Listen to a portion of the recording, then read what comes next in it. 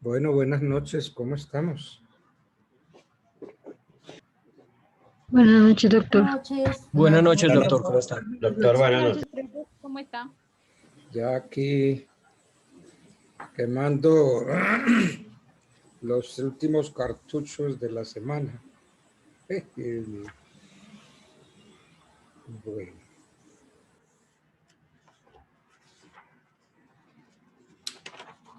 Más o menos me pueden recordar los temas que vimos anoche.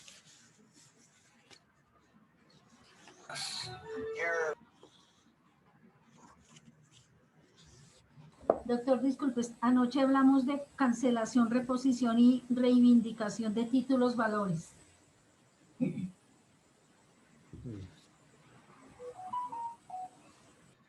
Tratamos de eso. Nada más, ¿no? Sí, doctor.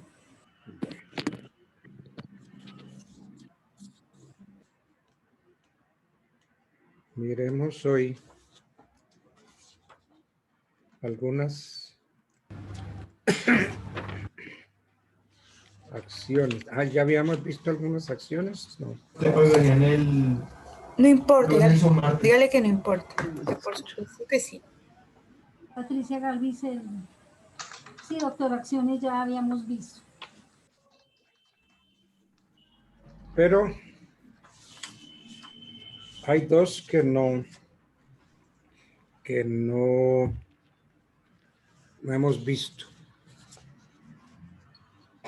que es la llamada acción reivindicatoria o acción de dominio.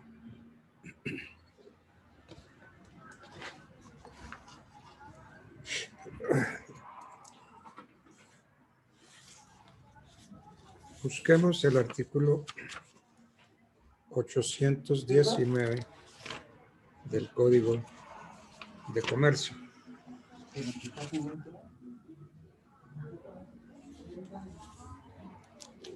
¿Qué nos dice este artículo 819 del Código de Comercio? Nos dice, perdón, que esto me estorban estos. Los títulos valores podrán ser reivindicados en los casos de extravío, robo o algún otro medio de apropiación. Evidencias en el delito sexual, o sea, lo que motivas. Reivindicación cuando ustedes estudiaron obligaciones y contratos. La conocieron con el nombre de acción reivindicatoria del dominio.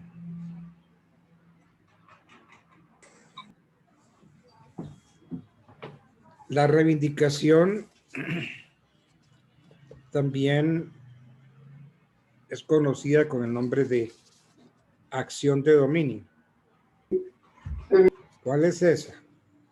Es la que tiene el dueño de una cosa corporal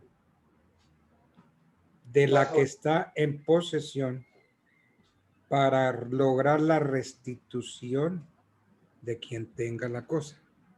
Usted es el dueño, usted no ha perdido la posesión, lo que ha perdido es la cosa.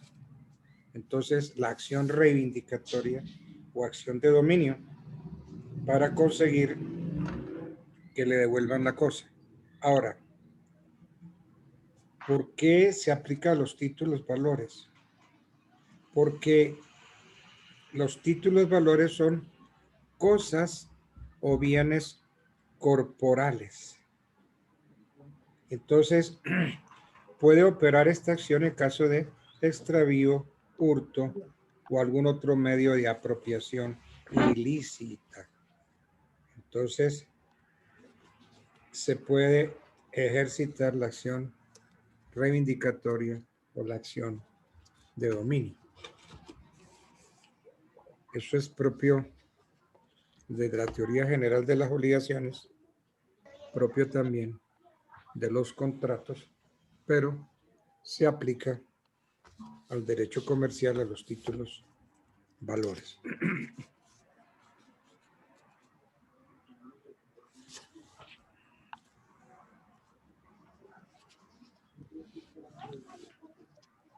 Entonces, recalcando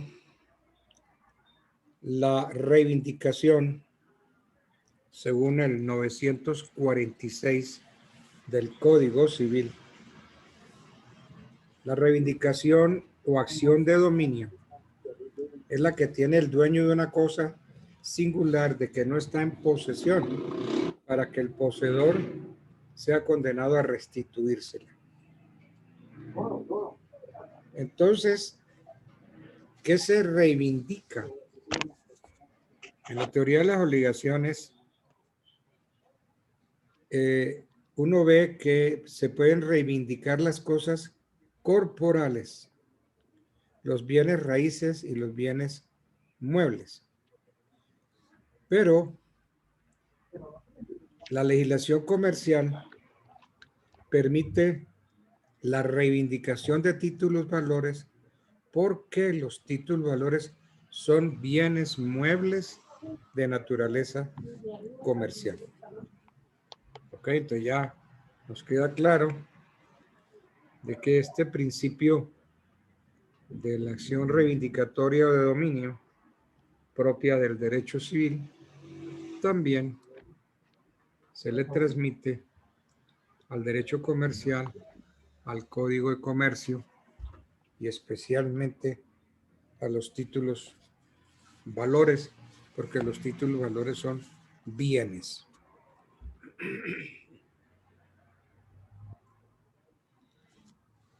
Entonces, la acción reivindicatoria tiene unos presupuestos. Entonces, de acuerdo con la definición encontrada en el 946 del Código Civil,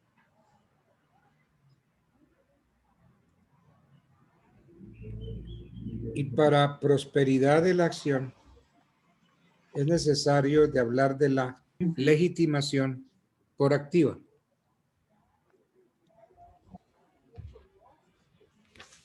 También hay legitimación por pasiva. Entonces es necesario que quien pretenda la restitución del título valor tenga en primer lugar el derecho real de dominio sobre él, mas no la posesión del bien.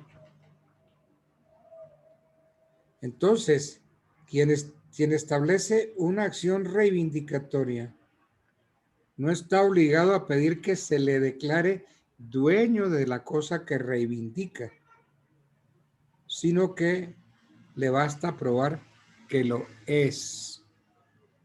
No pide que se le reconozca como dueño, prueba que lo es. De manera que lo que hay que examinar no es si el demandado es o no dueño de la cosa. Eso no es lo que nos interesa en una acción reivindicatoria. No es si el demandado es o no dueño de la cosa, sino que si lo es el demandante y si tiene acción para pedir. Entonces el demandante demuestra que es dueño y que tiene acción para pedir. ¿Por qué? Porque perdió la posesión de la cosa. Esa es la legitimación por activa.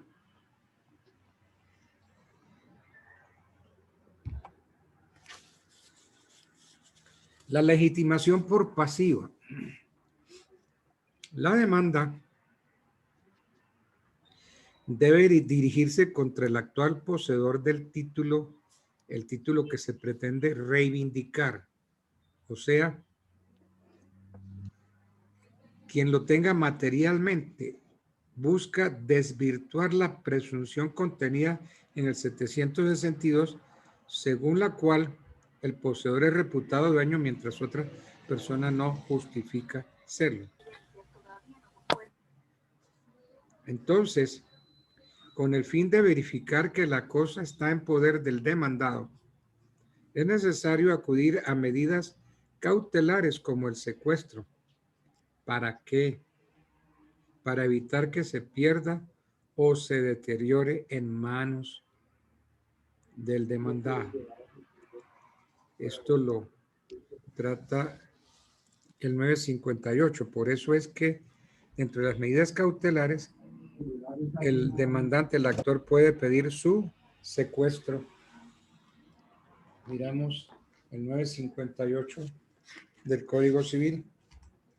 El 958 del Código Civil dice: si reivindicándose una cosa corporal mueble hubiere motivo de temer que se pierda o deteriore en manos del poseedor, podrá el actor pedir su secuestro y el poseedor será obligado a consentir en él o a dar seguridad suficiente de restitución para el caso de ser condenado a restituirla.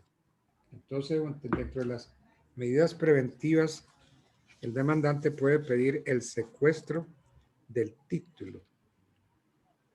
¿Para qué? Para evitar que se pierda o se deteriore.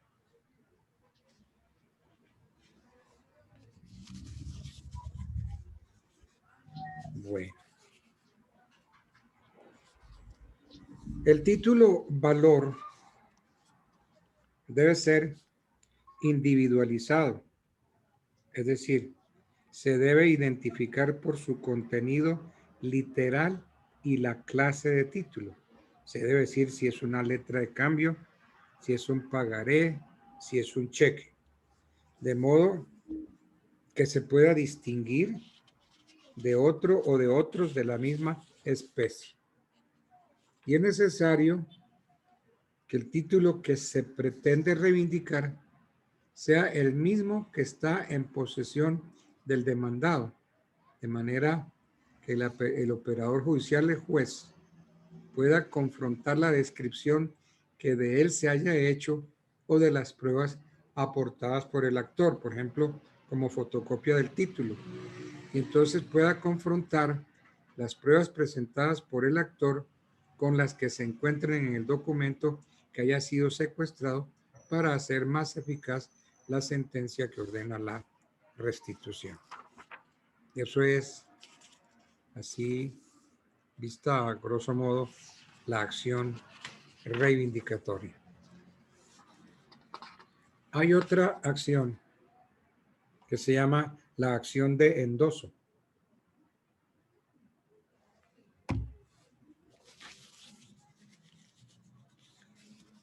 La acción de endoso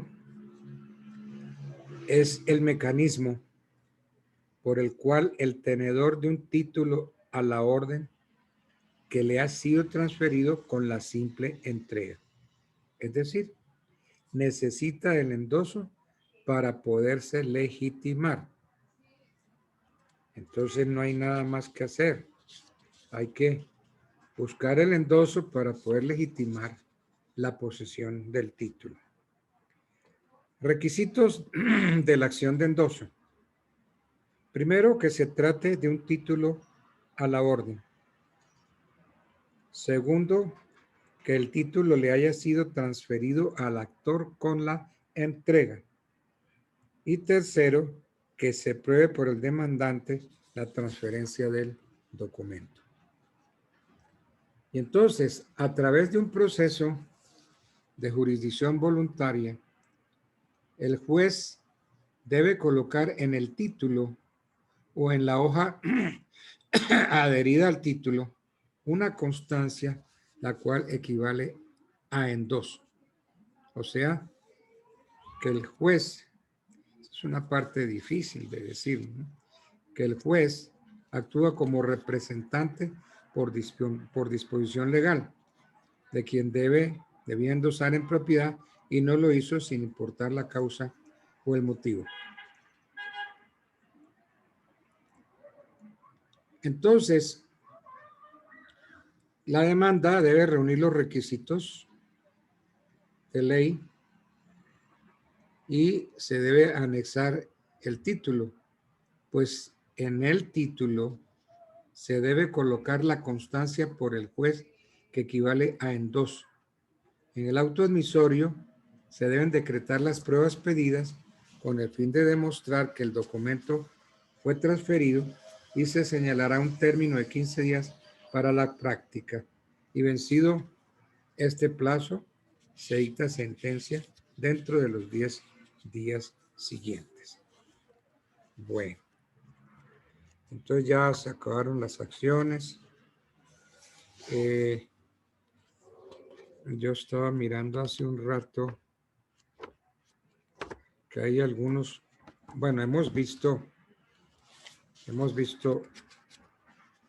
muchas cositas.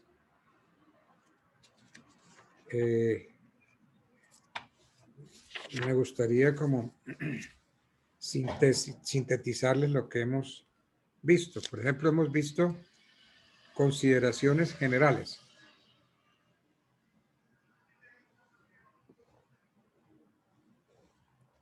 Consideraciones generales de esta materia que se llama títulos, valores. Naturaleza jurídica de los títulos, valores. Yo no sé si ustedes quieren ir tomando nota de lo que hemos visto hasta el momento. Naturaleza jurídica de los títulos, valores.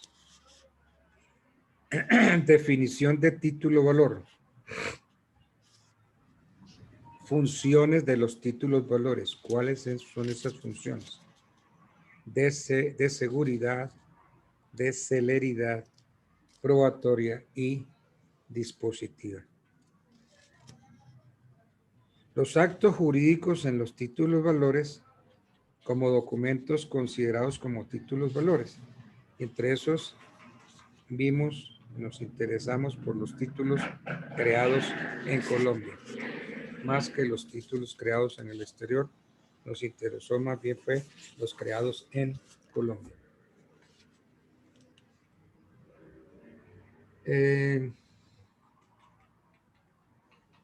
Vimos los principios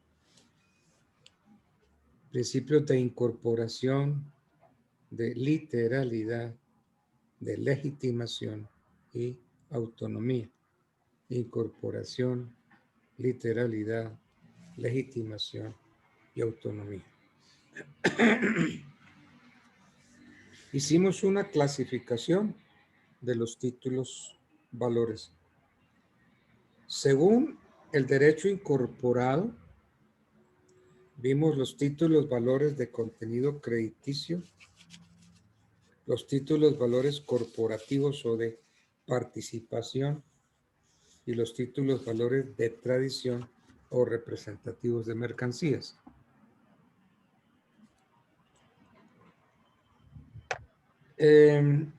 Según la ley de circulación, los títulos al portador, a la orden o nominativos.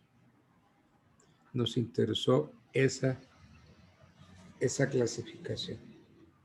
Según el derecho, según la ley de circulación.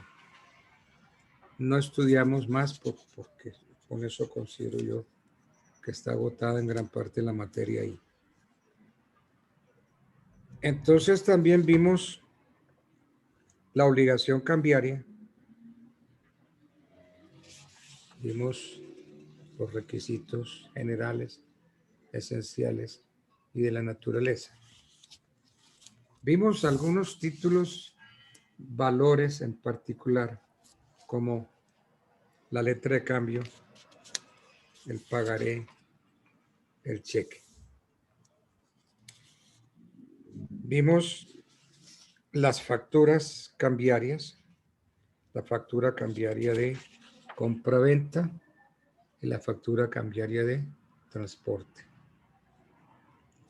Vimos la acción cambiaria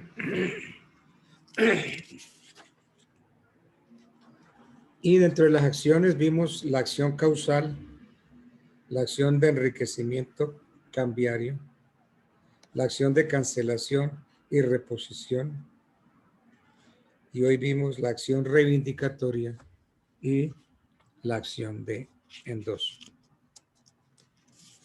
Vamos entonces a continuar con la carta de porte y el conocimiento de embarque. Ese es el tema de nuestra clase de hoy. La carta de porte y el conocimiento de embarque.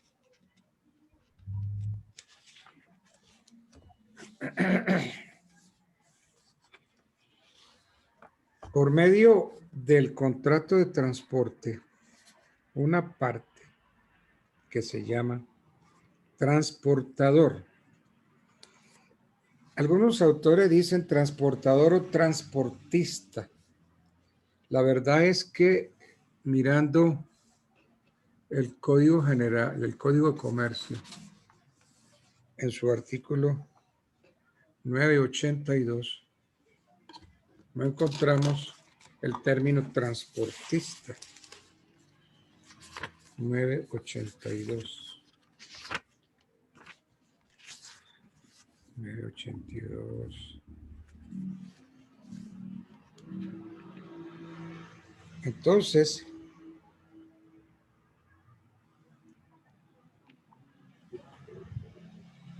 en el 981 define el contrato de transporte.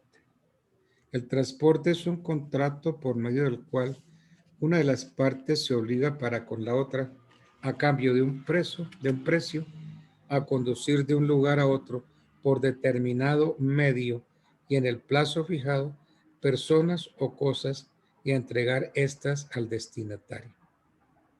Entonces en el 981 no hay la palabra transportista. En el 982 habla de las obligaciones del transportador. De modo que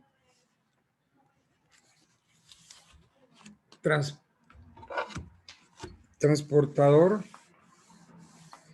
es el término más adecuado. Yo diría pues que el término transportista es como inventado, como puesto por alguien y les pareció bonito hablar de transportista en vez de transportador. Entonces, por medio del contrato de transporte, una parte llamada transportador se obliga para con otra denominada remitente que por cuenta propia o ajena entregue cosas a la primera a cambio de un precio. Ese precio se va a llamar flete. A conducirlas de un lugar a otro y a entregarlas al destinatario. El destinatario, este último, es parte del contrato. Cuando siendo diferente al remitente, acepta el acuerdo entre las dos anteriores. No obstante, las calidades de remitente y destinatario pueden recaer en la misma persona. Entonces, la carta de porte o el conocimiento de embarque son títulos representativos de las mercancías objeto del transporte. Títulos emitidos o creados por el transportador. Requisitos que debe reunir. La mención de ser carta de porte o conocimiento de embarque. Al igual que el certificado de depósito, el bono de prenda y las facturas cambiarias, en esto se debe expresar el nombre del título. No hay más. Son requisitos generales. El nombre del título, mención de ser carta de porte o conocimiento de embarque. ¿Y el de tu grupo? Sí. Yo pensé que era un cucho. Constituye una de las partes del título. Yo juro vida que creí que era un cucho. Sí. Maye el audio, Maye. Ayer, Bueno.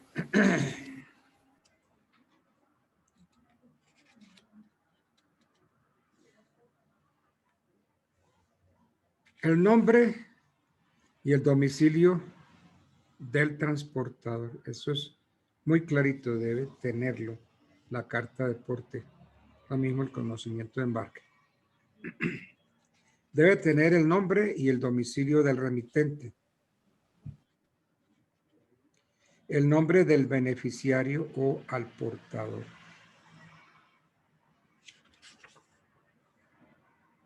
El número del título, la descripción de las mercancías y su valor. Descripción de las mercancías y su valor. Aquí es importante que las cosas, las mercancías, se debe describir de manera pormenorizada, según se trate de cosas de especie o de género. Y si es género, debe especificarse la clase, la calidad y la cantidad de las mercancías, objetos del transporte. Además, la norma exige que se indique el valor de las mercancías, porque en caso de que el transportador incumpla con su obligación cambiaria de entregar los bienes, se proceda a la ejecución por dicho valor.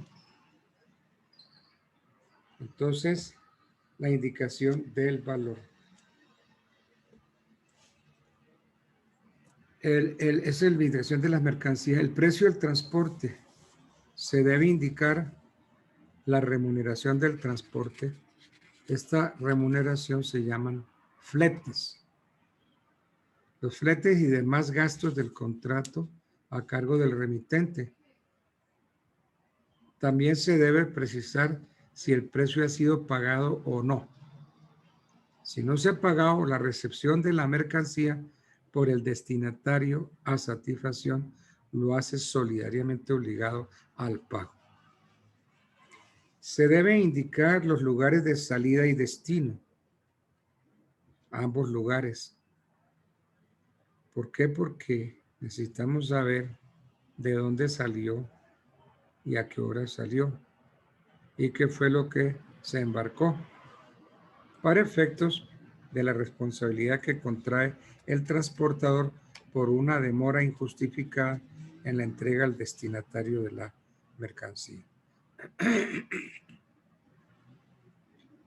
Aquí hay una cosa, y es que el transportador se responsabiliza de la mercancía que le han entregado para su transporte. Entonces, si es en un barco, el capitán del barco es plenamente autónomo para hacer cosas. Por ejemplo, si ordinariamente el tiempo empleado de un sitio a otro es de tantos días, el transportador observa esto, que no se pase de los 15 días o de los 7 días de que ordinariamente se demora un barco. Pero si por malas condiciones de tiempo el capitán del buque considera que no puede seguir navegando, entonces en el primer puerto que encuentre, ahí se queda, ahí suelta el ancla y se queda esperando a que pase el mal temporal. Entonces ahí va a haber demora en el tiempo de entrega y va a haber indemnizaciones. Pero estos son casos de fuerza mayor o caso fortuito por las cuales el capitán del buque no responde. El capitán del buque no responde y es autónomo si considera que hay un mal temporal, que no es prudente seguir navegando, pues se queda en un puerto y espera un día o 2 días a que pase el mal temporal. Y no lo pueden obligar. Entonces el transportador, la empresa naviera, no responde en esos casos.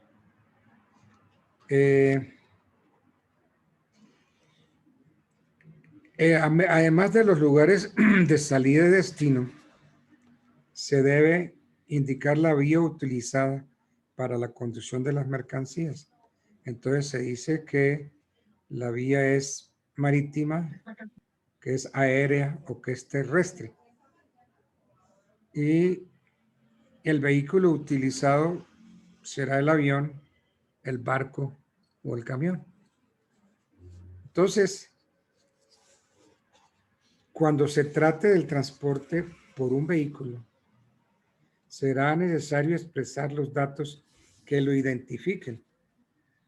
Pero yo considero que si es por camión, la placa es suficiente, pues según el Código Nacional de Tránsito Terrestre, este es el medio de identificación externa de los automóviles y camiones, la placa.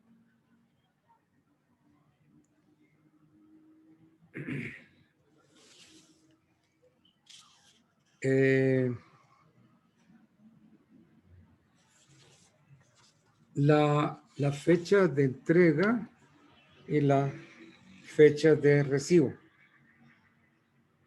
Si no se indica la fecha de recibo de las cosas por el transportador, se presume que éste las recibió en la fecha de emisión de dichos documentos.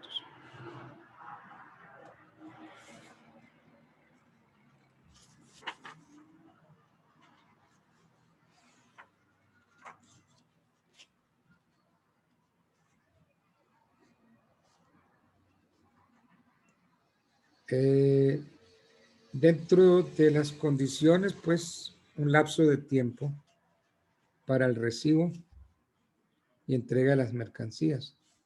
Entonces, la mención de ser recibido para embarque, la indicación del lugar donde habrán de guardarse las mercancías mientras el embarque se realiza y el plazo fijado para el embarque.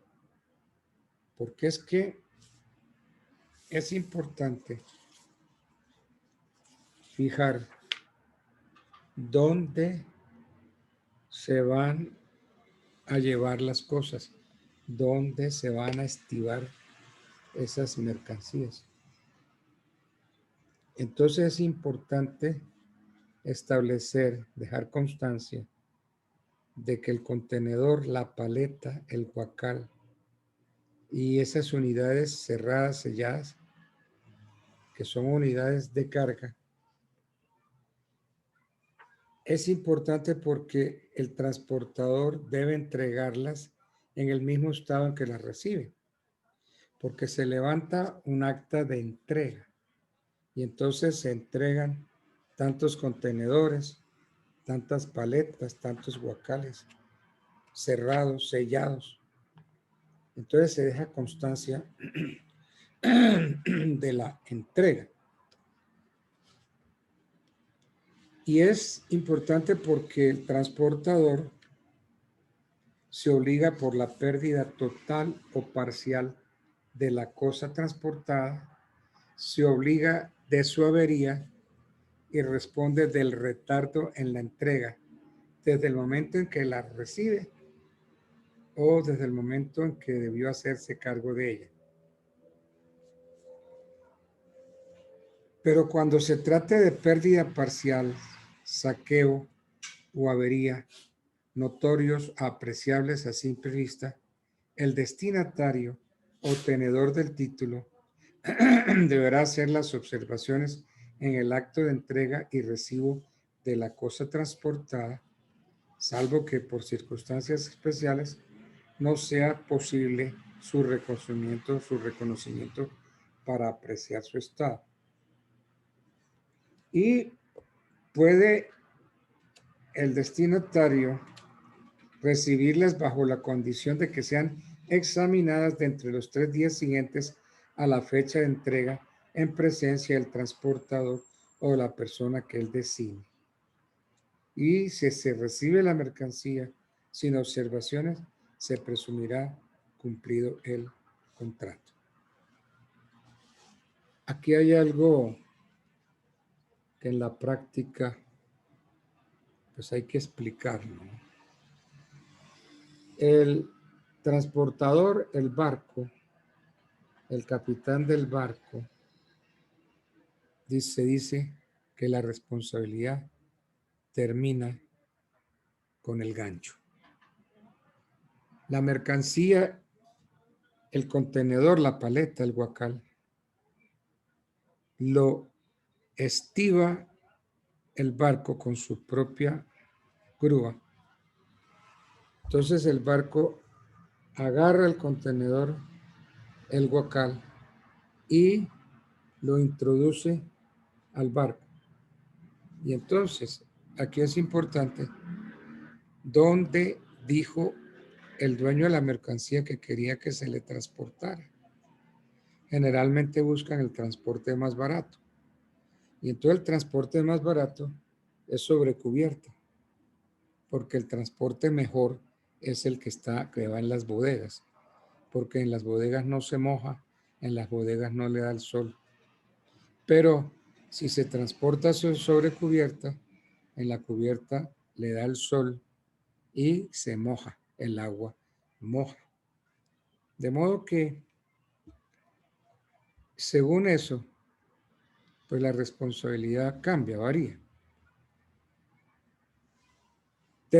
Comienza con el gancho y termina con el gancho. Entonces, cuando se estiva, cuando se monta la carga, hay un acta. Un acta. Se montó el contenedor así, así, así. Pero muy bien, llega el barco a puerto. Y entonces, con la grúa que tiene, con el gancho, coge el guacal, la paleta, y lo deja ya sobre el puerto. Entonces, ahí termina la responsabilidad del transportador. Pero ahí es donde tiene que estar el importador, el dueño de la mercancía, pendiente para recibir la mercancía.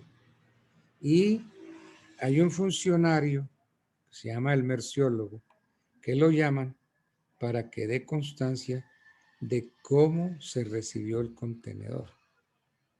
Porque si el contenedor se deja y no hay quien lo reciba y no se levanta esa acta, entonces el capitán del barco tiene un acta de entrega, la firmaron y listo. Y como no hubo ninguna observación, se entiende entonces que el transportador cumplió. Hay una parte que se llama tierra de nadie. Cuando el contenedor, la paleta, el guacal, se deja en el puerto, ahí tiene que recibirlo alguien. De lo contrario, viene un funcionario de la misma empresa de puertos y ahí mismito o por la tarde o al día siguiente o a los 2 o los 3 días es cuando va a llevar ese guacal, ese contenedor, lo va a llevar hasta las bodegas de almacenar, por ejemplo. Y ahí almacenar levanta un acta y dice cómo recibe. Entonces sucede que cuando almacenar levanta el acta, se da cuenta que el guacal ha sido saqueado, que la paleta ha sido saqueada. Y entonces levanta un acta y se exonera de responsabilidad, porque dice, el banco al que pertenece el almacén general de depósito, recibimos tal día un contenedor, unos guacales, y los guacales estaban abiertos, los guacales o el contenedor estaba violentado.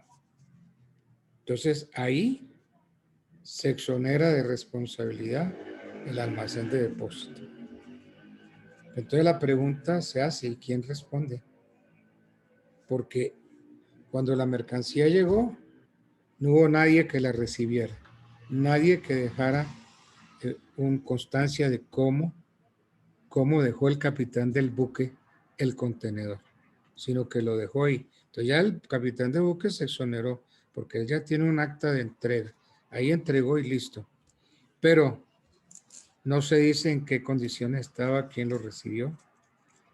Y cuando se lleva la mercancía a almacenar, almacenar tampoco responde porque está levantando un acta.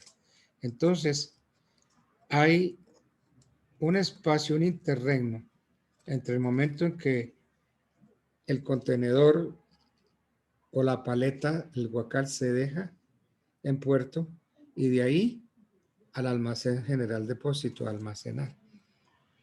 Ese sitio o ese trayecto es lo que se conoce en el argot popular tierra de nadie. Y entonces vienen las responsabilidades. ¿Quién responde por ese guacal que fue violentado?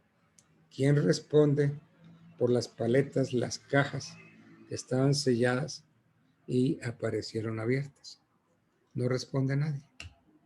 Entonces, ahí es lo importante que el importador esté presente él o una entidad, una empresa que lo represente y que esté allí presente cuando el barco deja la mercancía en puerto. Ahí. Ese es el momento en que debe levantar un acta con el merciólogo para que este funcionario diga en qué condiciones estaba el guacal, la paleta o el contenedor. Porque según eso vienen las responsabilidades. El transportador se obliga por la pérdida total o parcial de la cosa transportada. Se obliga de su avería y se obliga del retardo en la entrega. Desde el momento en que la recibió hasta el momento en que la entregó. Pero cuando se trate de pérdida parcial, saqueo, avería, que son notorios o apreciables a simple vista, el destinatario o tenedor del título tiene que hacer las observaciones en el acto de entrega y recibo de la cosa transportada, salvo que por circunstancias especiales no sea posible su reconocimiento para apreciar su estado. Entonces, en este caso, el destinatario puede recibirlas bajo la condición de que sean examinadas dentro de los 3 días siguientes a la fecha de la entrega en presencia del transportador o de la persona que él designe. Y entonces, si se recibe la mercancía sin observaciones, se presume cumplido el contrato. Hay una obligación de indemnizar. En caso de pérdida total, el monto será igual al valor declarado por el remitente. Si hay pérdida total, el monto será igual al valor declarado por el remitente. Generalmente el remitente no declara el valor que es para pagar menos, pero se entierra el cuchillo a sí mismo, porque en caso de pérdida, el monto será igual al valor declarado por el remitente. Ahora, si eso fue por pérdida total. Si es por pérdida parcial o de avería en que resulten algunas piezas, entonces la indemnización será proporcional, salvo que se haya expresado una indemnización porcentual inferior, que en ningún caso puede ser menor del 75% del valor declarado. Además, como lucro cesante, un 25% adicional del valor que corresponda a la pérdida o avería.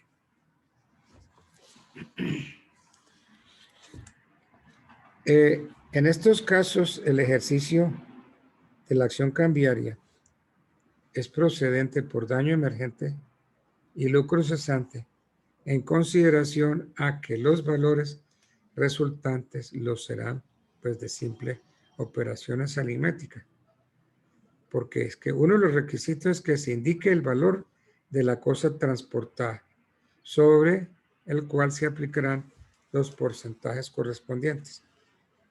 De la misma forma, cuando se trata de títulos de contenido crediticio con cláusulas sobre intereses que se expresan en términos porcentuales y sin necesidad de entrar a probar la causación de perjuicios y el monto de los mismos. ¿Por qué? Porque se sigue la misma regla del artículo 1617 del Código Civil, según el cual el acreedor no tiene necesidad de justificar perjuicios cuando solo cobra interés. Por ejemplo, si la mercancía es por valor de 100 y se pierde la mitad, la pretensión ejecutiva será por 50, que es la mitad, ¿cierto? La mercancía vale 100. Si se pierde la mitad, el proceso ejecutivo será por el 50. Eso equivale al daño emergente. Y el 25% sobre 50, que es 12.50, correspondiente al lucro cesante. El transportador puede proponer excepciones derivadas del contrato, porque él recomendó transportar la mercancía en bodega, pero el exportador, el dueño de la mercancía, para evitar gastos, dijo que no, que se estivara sobre cubierta. Y resulta que la mercancía llega vuelta a flecos porque durante el crucero hubo mal tiempo, hubo temporales, el mar estaba picado, lluvia, y todo eso le cayó y todo eso dañó la mercancía. Entonces el transportador no se hace responsable porque quien escogió el empaque y la forma de transporte no fue el capitán del buque, sino el vendedor, el exportador.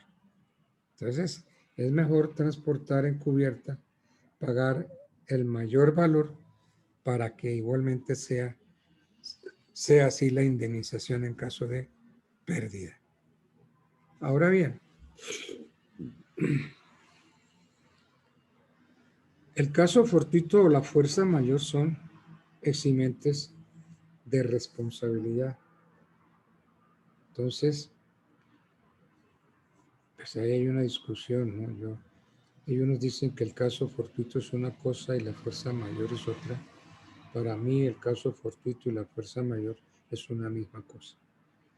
Entonces, si los perjuicios, la pérdida parcial o total, se presentan por caso fortuito, pues el capitán del buque no responde porque es una eximente de responsabilidad.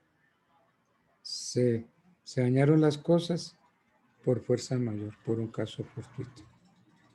Y entonces se exonera de responsabilidad.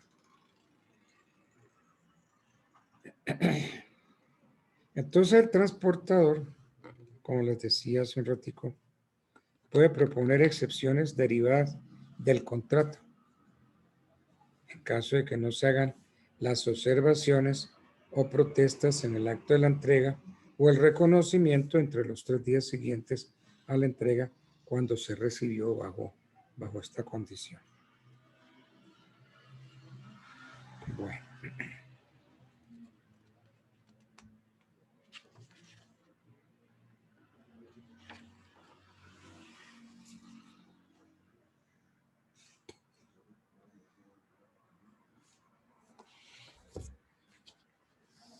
Entonces, ¿de qué se responde? Por la pérdida total, parcial, por avería o retardo. En caso de pérdida total, el monto será igual al valor declarado por el remitente.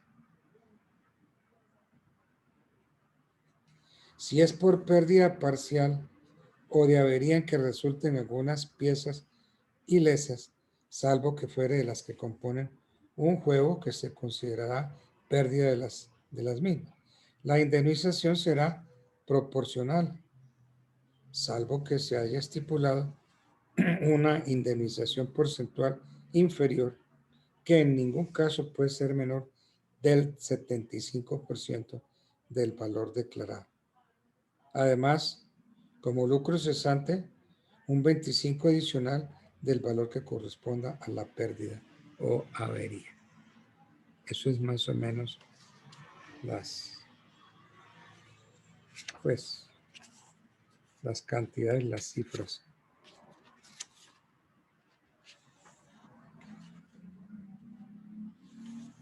Bueno, entonces nosotros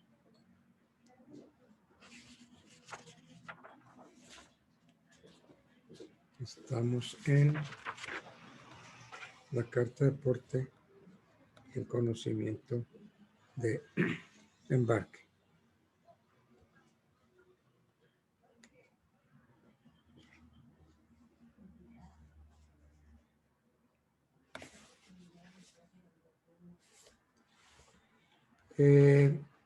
Hay otros temas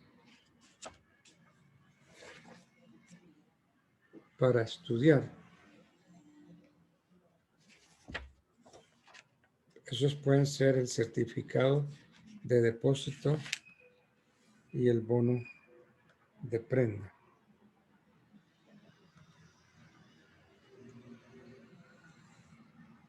Pero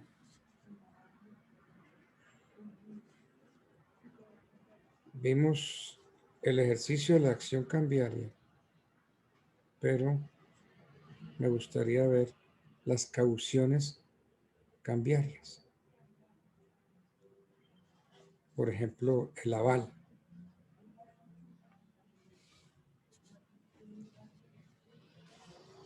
Y la obligación, sí, las cauciones cambiarias.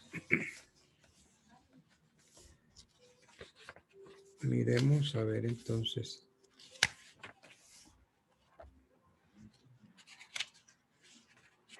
El tema de las cauciones cambiarias.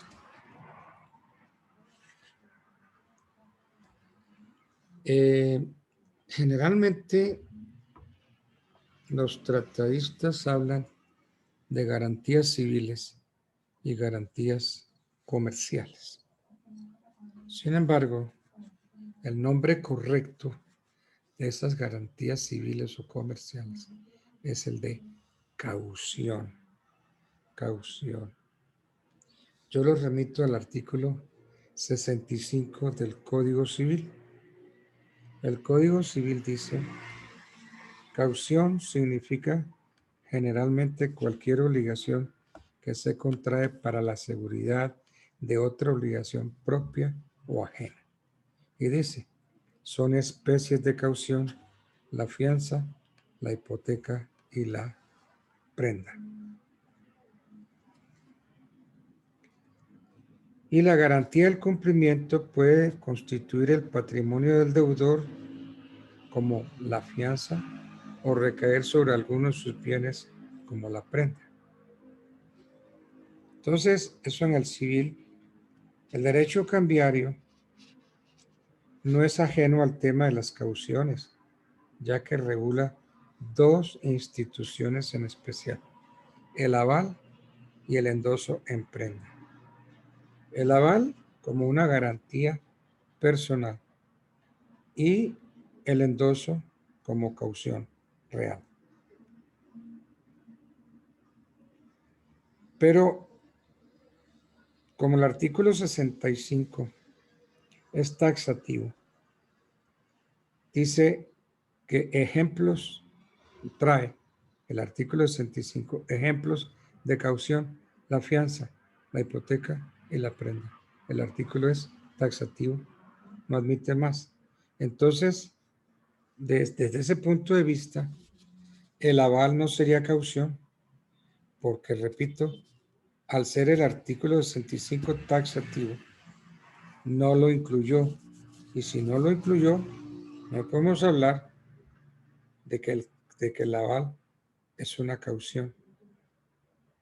Entonces viene la pregunta: Entonces, si el aval no es una caución, porque no está contenido en el artículo 65, entonces, ¿qué sería el aval? El aval, yo lo considero simplemente como una garantía comercial o personal.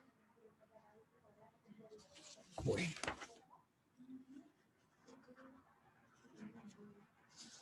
¿Qué sería el aval? El aval es un acto jurídico unilateral de naturaleza mercantil por el cual una parte llamada avalista garantiza en todo o en parte el pago de un título valor. Miremos a ver qué nos dice el Código de Comercio por allá. Los 633, si mal no estoy.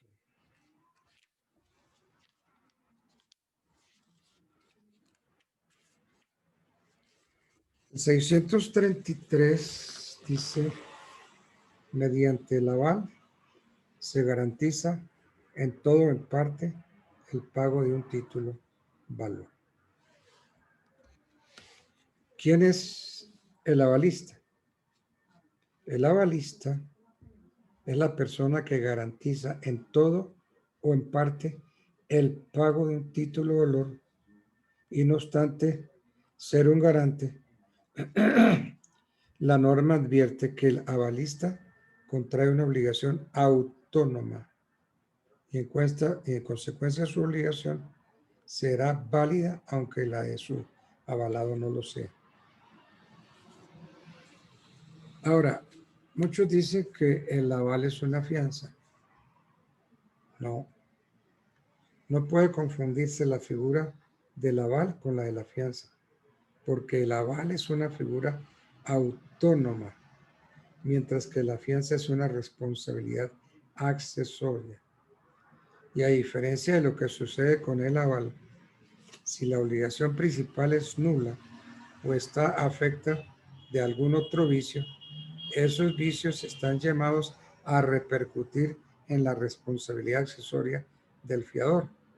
Cosa diferente sucede con la responsabilidad del avalista, quien tiene una obligación autónoma y en consecuencia los vicios, los defectos de la responsabilidad de su avalado no están llamados a repercutir en la responsabilidad de este. Entonces, no hay nada que hacer. El avalista simplemente garantiza en todo o en parte el pago de un título. Es un garante.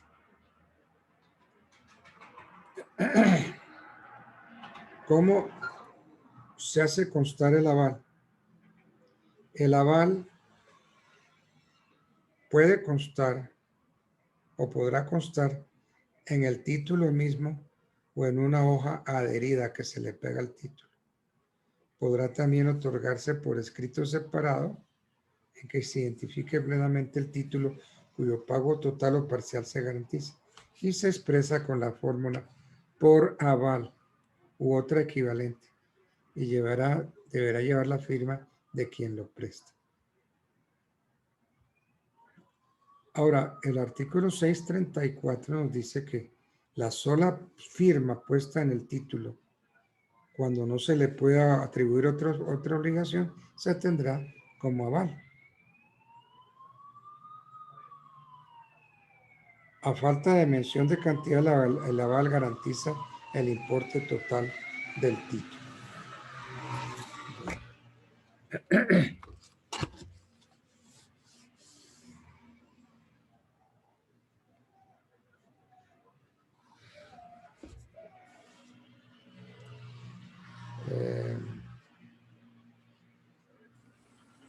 Doctor, disculpe una pregunta. Sí, dígame. ¿En qué caso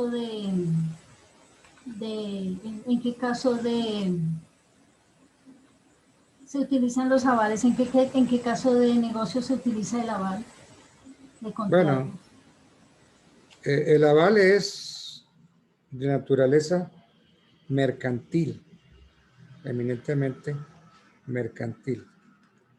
Y entonces el avalista, garantiza en todo o en parte el pago de un título de valor, de un cheque, de una obligación.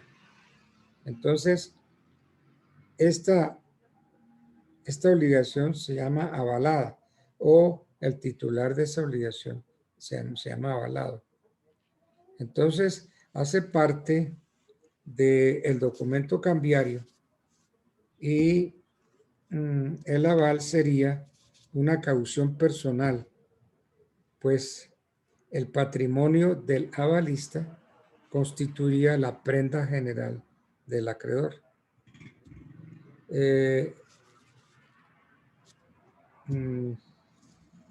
Sí,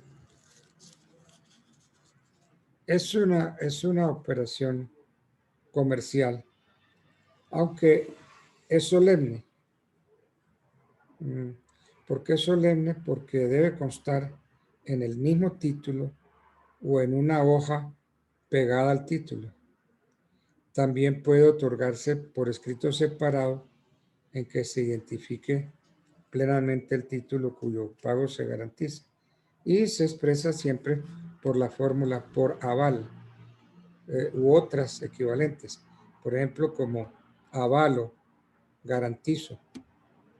Se puede decir avalo a fulano, a sutano.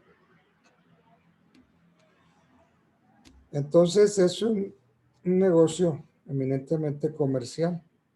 Es una garantía. Porque garantiza el total o una parte de la obligación. Ahora, si no se menciona la cantidad, entonces, según el 633, el aval garantiza el importe total del título. Bueno. Bien.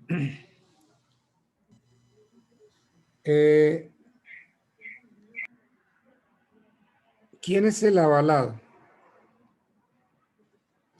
El avalado es el sujeto jurídico que ha suscrito el título como girador, librador, otorgante, aceptante o endosante y ha contraído formalmente una obligación cambiaria que se haya respaldada por el avalista.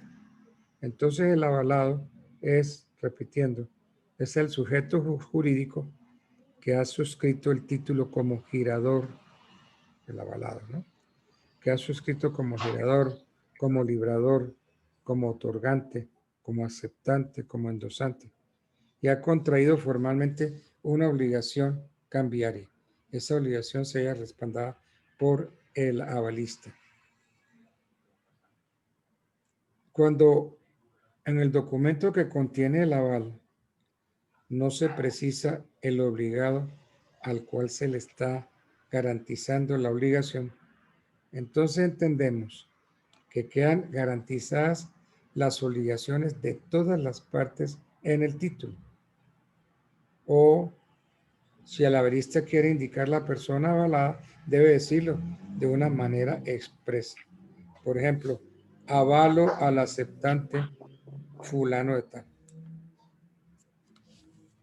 ¿Qué consecuencias jurídicas trae el aval?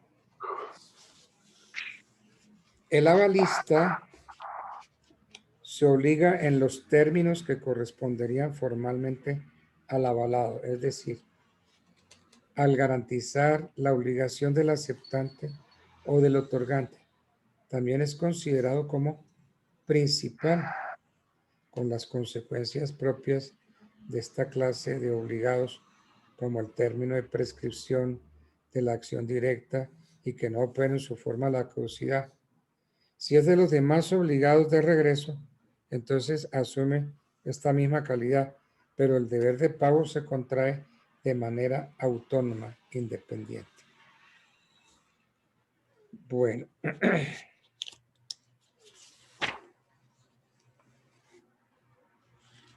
El pago del título por el avalista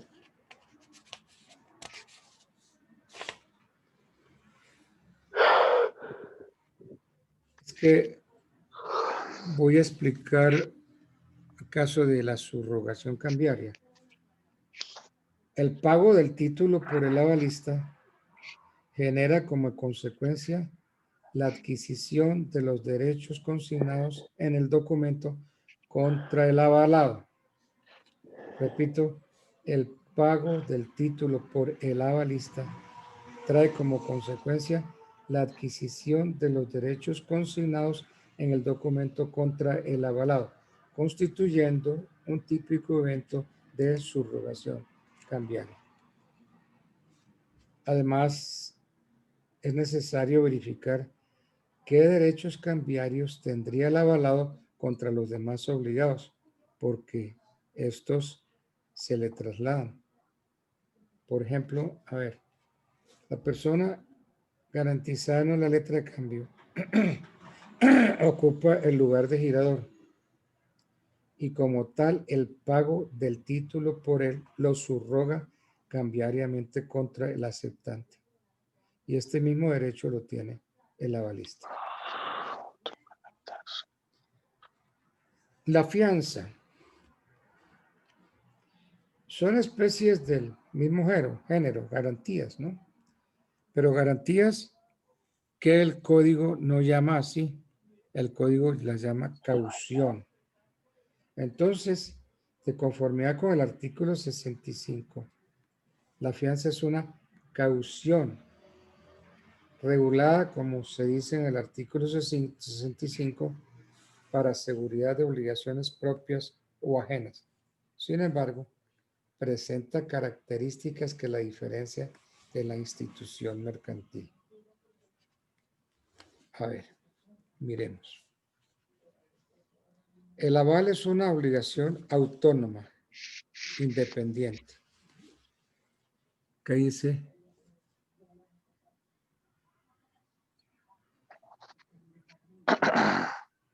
¿Qué dice el 636?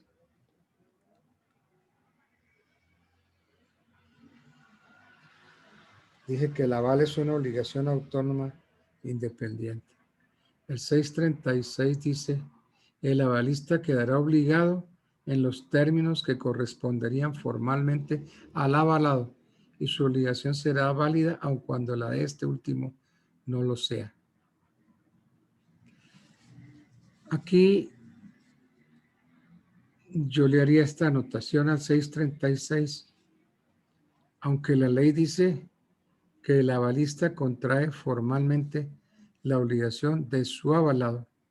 La verdad es que contrae la responsabilidad del avalado o de la persona por cuenta de quien otorga el aval. ¿Qué quiere decir esto? Pues sencillamente que el avalista contrae su propia responsabilidad y que esta no es exactamente la misma del avalado, toda vez que la ley advierte que el avalista contrae obligación autónoma, o sea, independiente, distinta del avalado. Como consecuencia de esto, la obligación del avalista será válida, aunque la del avalado no lo sea por cualquier causa, lo que significa que el avalista es un garante, no es un garante accesorio, sino un responsable principal o, mejor, autónomo al pago del título. Posición que se traduce en que el avalista queda obligado aunque la persona por cuenta de quien ha otorgado el aval no lo esté. Esa, digamos, es como la acotación que yo quiero hacerle al 636. Entonces, el aval es una obligación autónoma, independiente, según el 636. La fianza es una prestación accesoria que depende de la existencia de una principal. Hay contratos principales y contratos accesorios. Busquemos en el Código Civil. cuando se ven los contratos.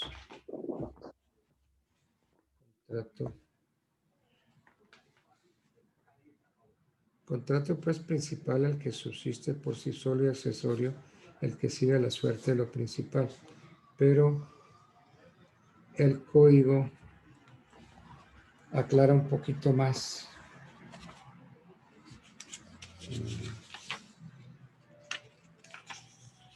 Vamos a buscar aquí.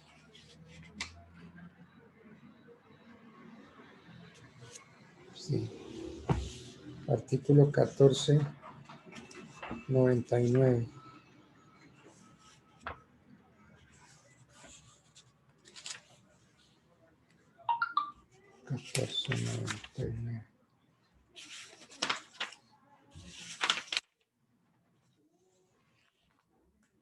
Entonces, el contrato hace una clasificación de los, el código hace una clasificación de los contratos. Habla de contratos unilaterales y bilaterales, gratuitos y onerosos, conmutativos y aleatorios. En el 1499 nos va a hablar del contrato principal y accesorio. Y dice, el contrato es principal cuando subsiste por sí mismo sin necesidad de otra convención, y accesorio cuando tiene por objeto asegurar el cumplimiento de una obligación principal de manera que no puede subsistir sin ella. Entonces, los llamados contratos de caución que están en el artículo 65. Buscamos este artículo 65.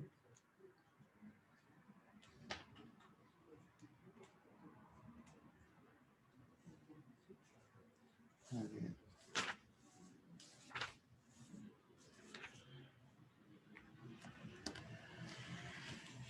Dice, son especies de caución la fianza, la hipoteca y la prenda.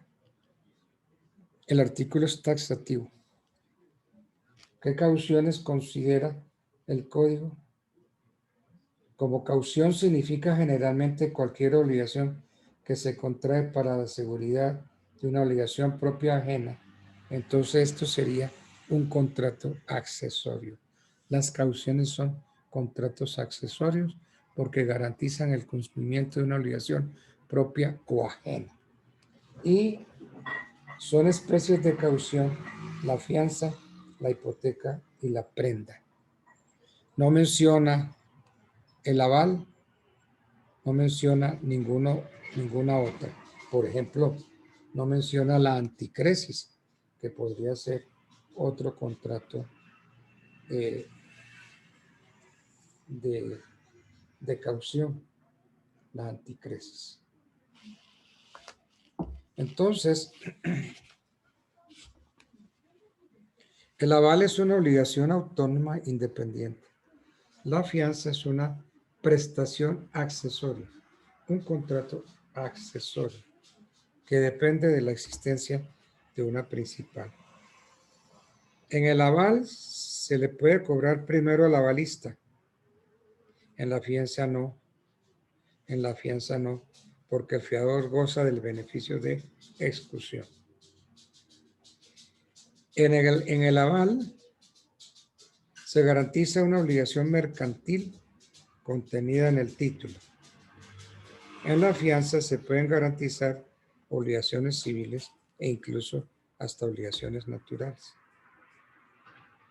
En el aval no se pueden garantizar obligaciones sometidas a condición, en cambio en la fianza sí. En el aval solo se pueden garantizar las obligaciones de otras partes en el título. En la fianza se puede garantizar, por ejemplo, la herencia adyacente.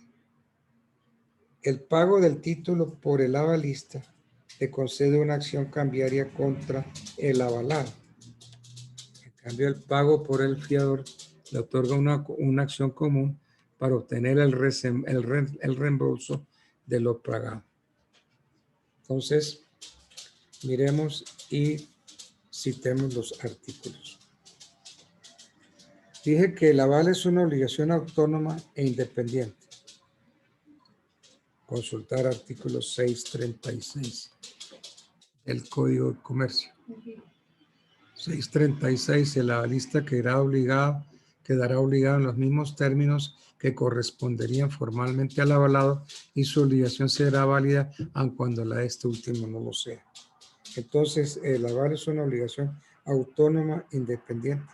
Consultar artículo 636. La fianza es una prestación accesoria que depende de la suerte de la principal. Artículo 2361 del Código Civil. En el aval se le puede cobrar primero al avalista. Artículo 785. En la fianza no, porque el fiador goza del beneficio de exclusión. Artículo 2383.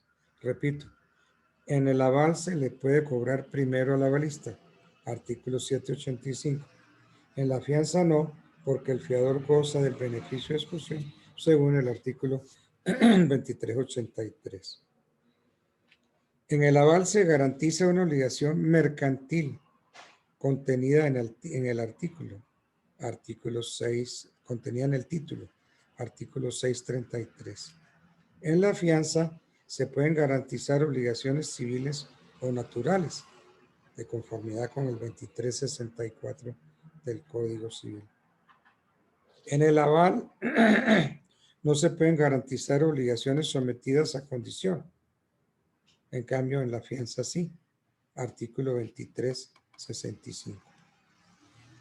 En el aval solo se pueden garantizar las obligaciones de otras partes en el título. Artículo 637. En la fianza se puede garantizar aún hasta la herencia adyacente. Artículo 2372 del Código Civil. El pago del título por el avalista le concede una acción cambiaria contra el avalado, según el 638. El pago por el fiador le otorga una acción común para obtener el reembolso de lo pagado, más los perjuicios que se le hayan ocasionado, según las voces del 2395 del Código. Bien. El endoso en prenda o en garantía, mencionado en el 659. Miremos el 659. 659 del Código de Comercio.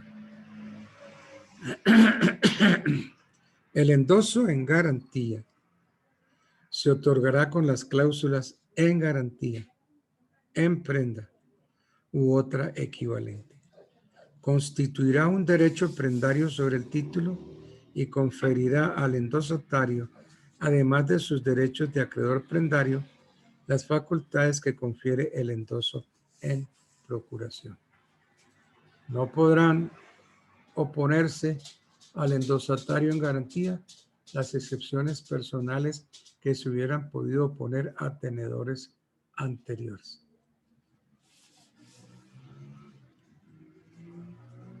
A ver, ¿qué podemos decir? La prenda sobre los títulos valores está plenamente consagrada en el artículo 1200 del Código de Comercio, cuando dice que se pueden gravar con prenda toda clase de bienes muebles. La prenda sobre los títulos valores, para que produzca efectos cambiarios, debe implicar la entrega física de los documentos por parte del tenedor al acreedor. En este caso, del endosante al endosatario, pero de lo contrario no producirá ningún efecto. Sería ineficaz, como lo indica el 629 del Código de Comercio.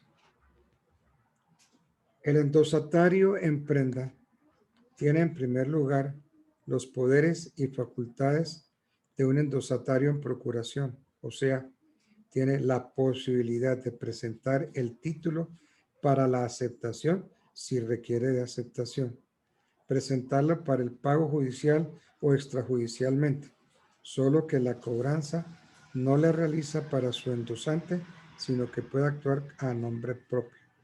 Tendrá incluso los poderes y facultades que exige una cláusula especial y además en el evento de que el título no sea aceptado o no sea pagado y requiere de protesta, también tiene los poderes necesarios para adelantarlo. Pero además de todos los poderes y facultades del endosatario en procuración, el endosatario en prenda tiene un derecho adicional. ¿Cuál es? El de ser titular del derecho real de prenda sobre los títulos que le han sido transferidos. Ese derecho sobre los títulos lo faculta, o mejor, le confiere el privilegio de que pueda cobrar a su nombre. En fin, podemos seguir haciéndole comentarios al artículo 659.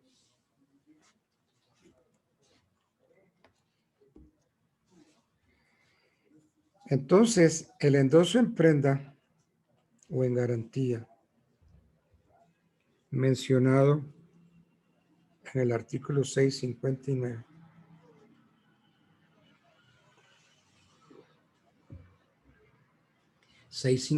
del Código de Comercio, el endoso en prenda o en garantía es considerado como una prenda con tenencia sobre un título o valor.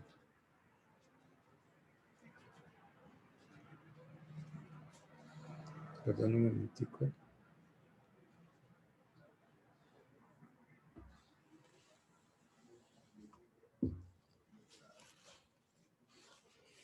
Entonces,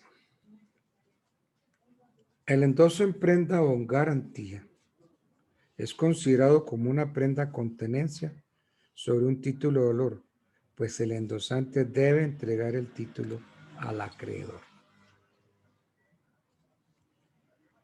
Pero además es una prenda tratado en el Código Civil como contrato, en virtud del cual se entrega una cosa mueble a un acreedor llamado prendario para la seguridad de su crédito. Perdón un momentico. Clau.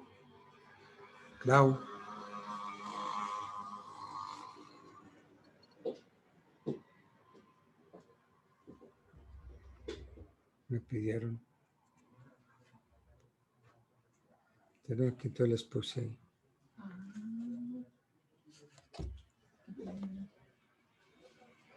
Bien.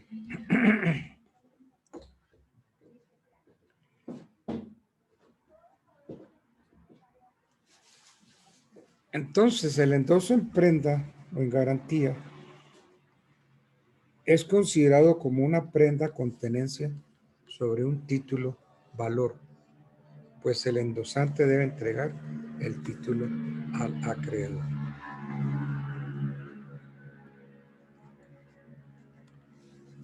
Claro, ¿será que?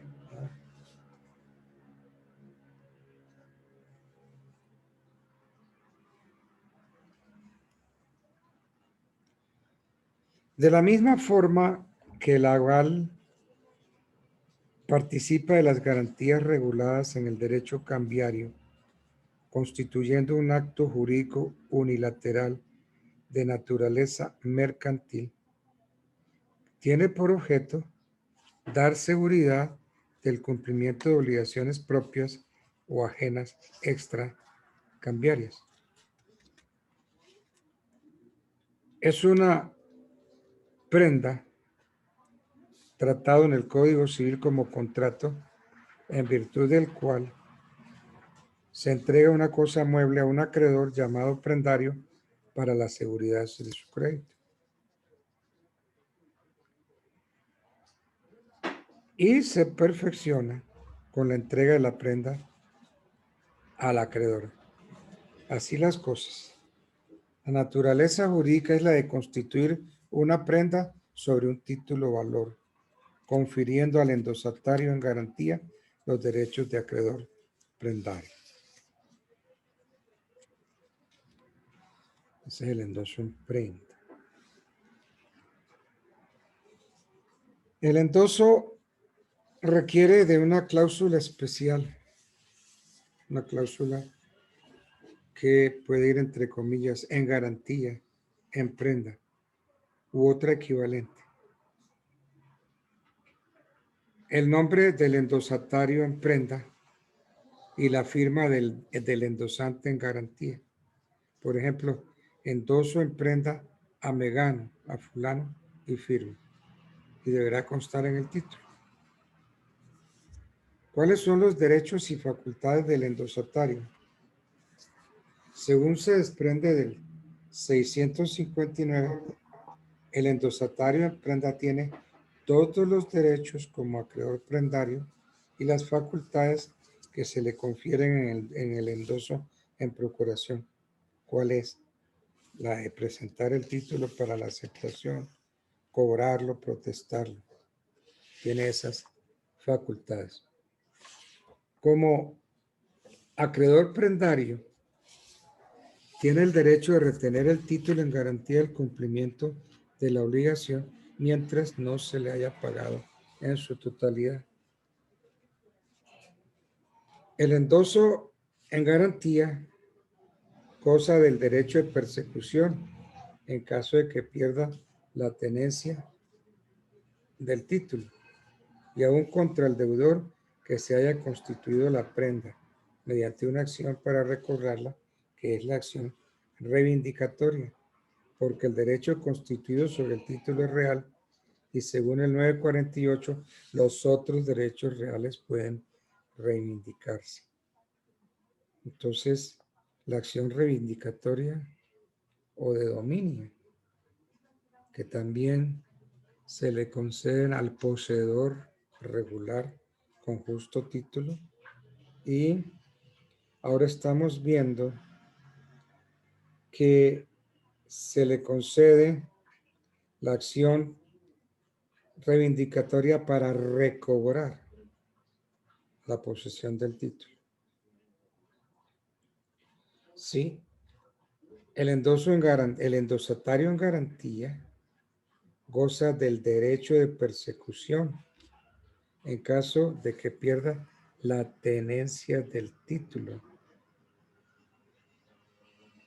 del derecho de persecución aún contra el deudor que haya constituido la prenda mediante la acción para recobrarla, que es la acción reivindicatoria. ¿Por qué? Porque el derecho constituido sobre el título es real. Y entonces, según el 948 del Código Civil, miremos artículo 948.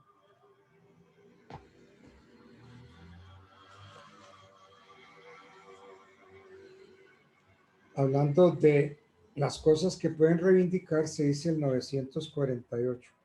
Los otros derechos reales pueden reivindicarse como el dominio, excepto el derecho de herencia. ¿Sí ven? Entonces, la acción reivindicatoria también puede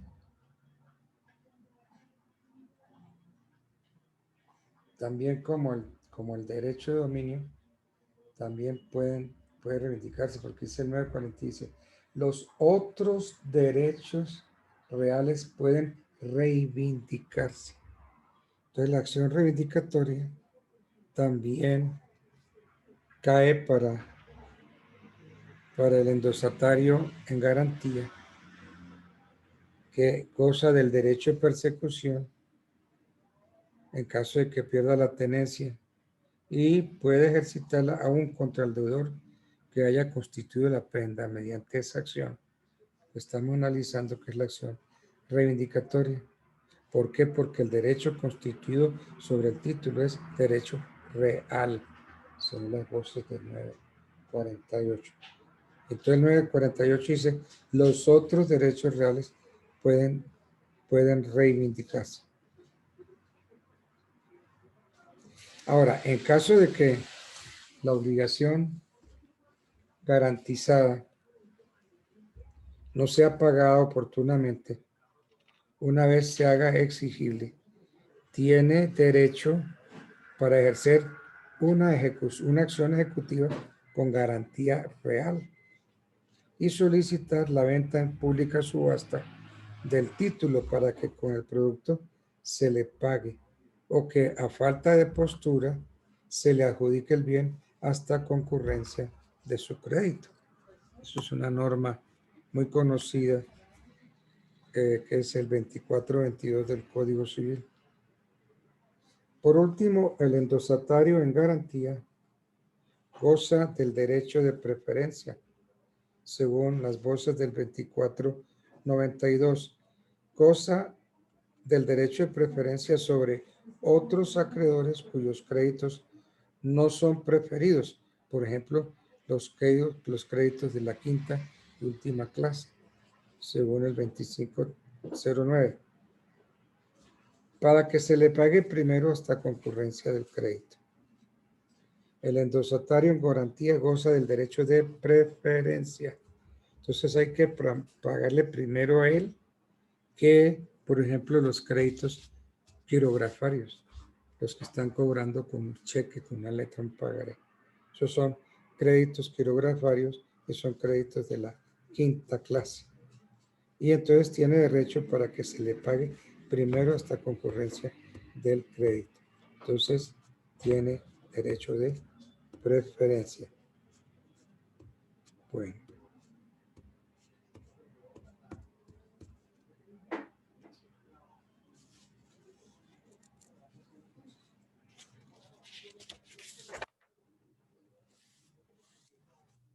¿Qué obligaciones tiene el acreedor prendario?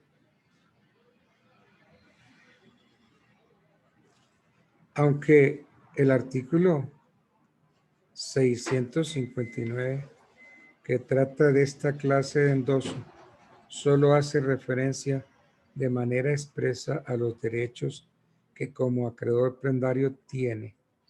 Es indudable que dada la naturaleza jurídica de constituir una prenda, las obligaciones de ésta se le hacen extensivas.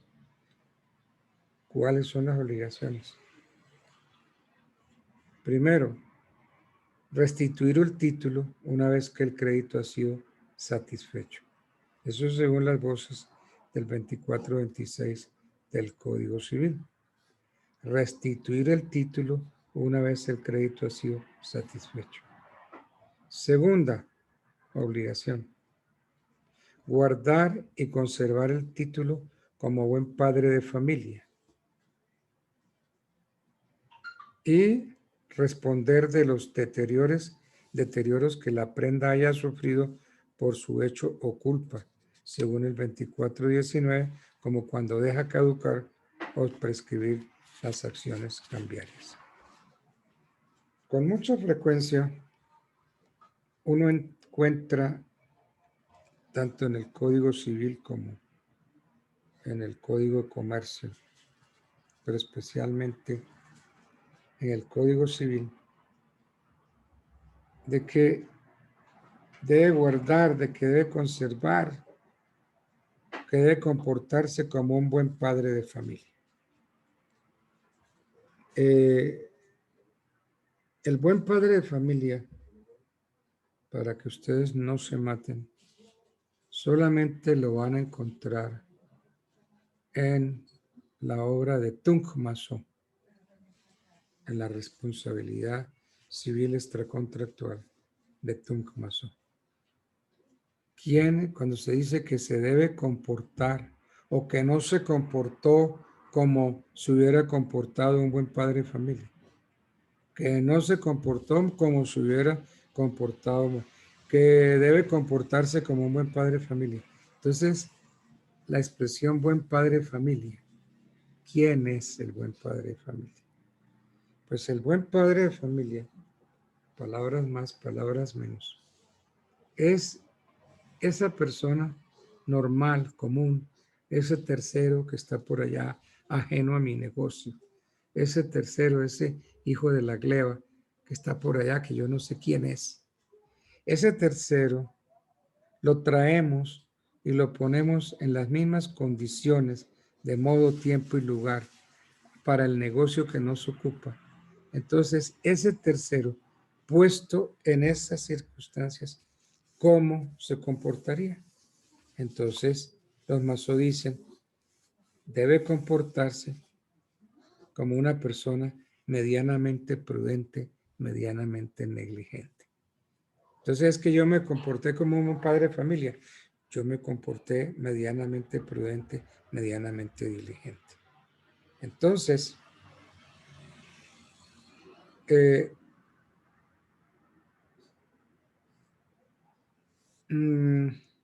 dijimos que dada la naturaleza jurídica de constituir una prenda, las obligaciones de esta se le hacen extensivas.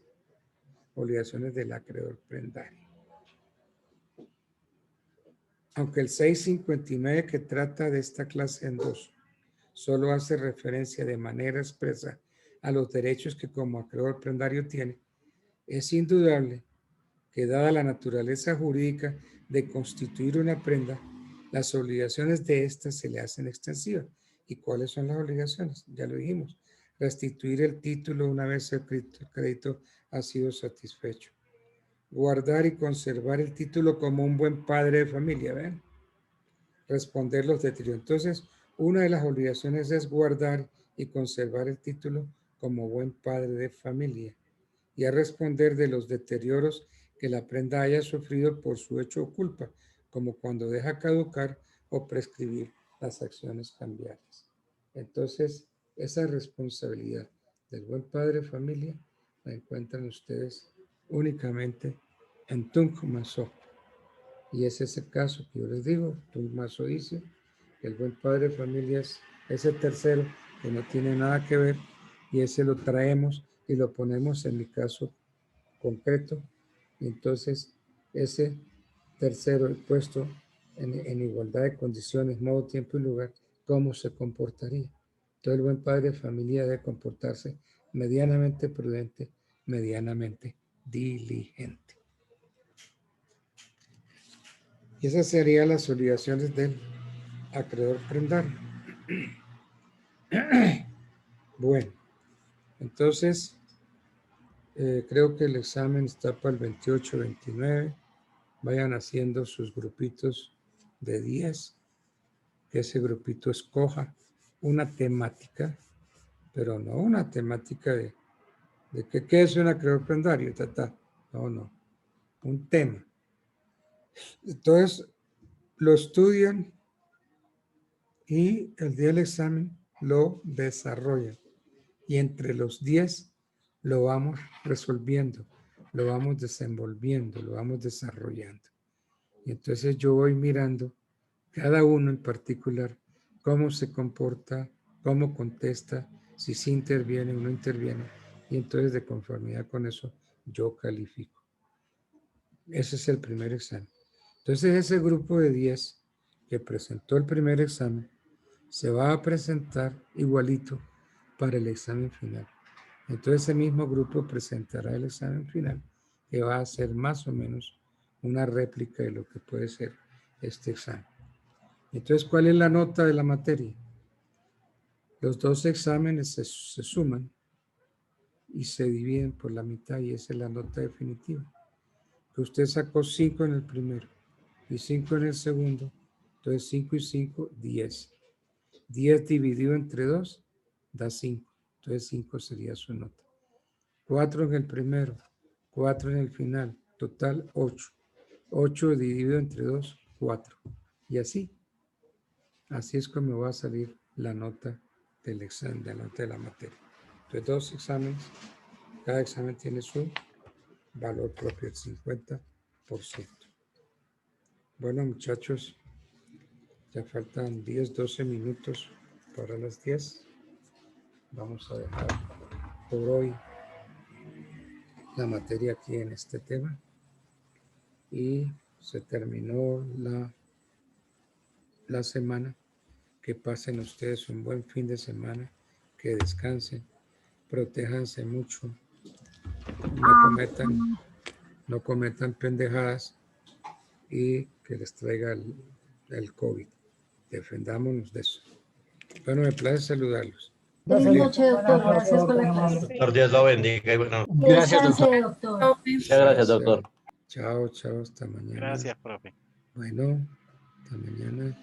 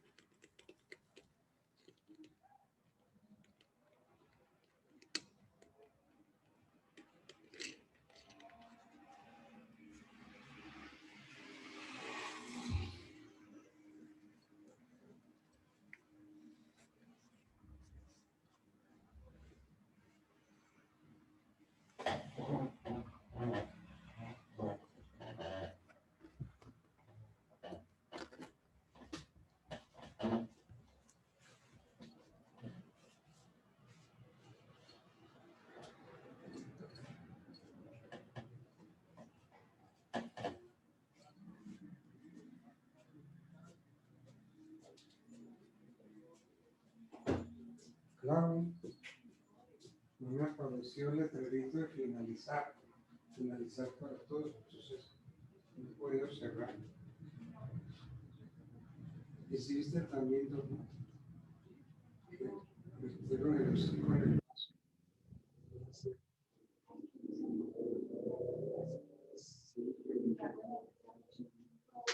Entonces les eché aquí en el platico y ahí tomaron.